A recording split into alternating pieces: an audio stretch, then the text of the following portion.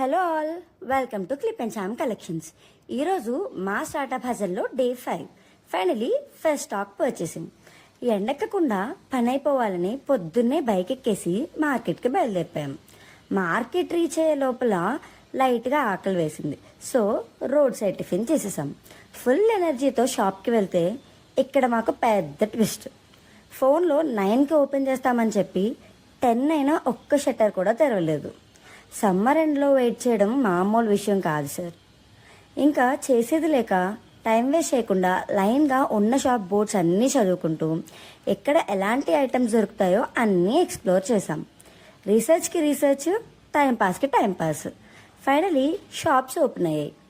Day 2లో మేము select చేసుకున్న 3 డీలర్స్ దగ్గర క్వాలిటీ చెక్ చేసి ఒక డీలర్ని ఫైనలైజ్ చేసుకున్నాం. చాలా వెతికి ఫైనల్గా మాకు కావాల్సిన బెస్ట్ క్వాలిటీ స్టాక్ని 3000 బడ్జెట్లో తీసుకున్నాం. ఈ బండిల్స్ చూస్తుంటే మనం ఎప్పుడు ఆ స్టేజ్కి రీచ్ అవుతామో అనుకున్నా. మన తెలుగు సామెత ఉంది కదా, ఓపిక ఉంటే ఉప్పు కూడా అమ్మొచ్చు. అంటే ఎంత కష్టమైన పనైనా ఓపికతో ప్రయత్నిస్తే ఖచ్చితంగా విజయం సాధిస్తాం. మినిమం రిసోర్సెస్తో కూడా మంచి రిజల్ట్ సాధిస్తాం. అలానే మనం నిదానంగా వెతికి మంచి స్టాక్ తీసుకున్నాం. నెక్స్ట్ వీడియోలో నేను తీసుకున్న స్టాక్ని అన్బాక్సింగ్ చేస్తున్నాం. 3000 బడ్జెట్లో నేనేం ఐటమ్స్ తీసుకున్నానని ఎక్స్పెక్ట్ చేస్తున్నారో కమెంట్ చేసేయండి.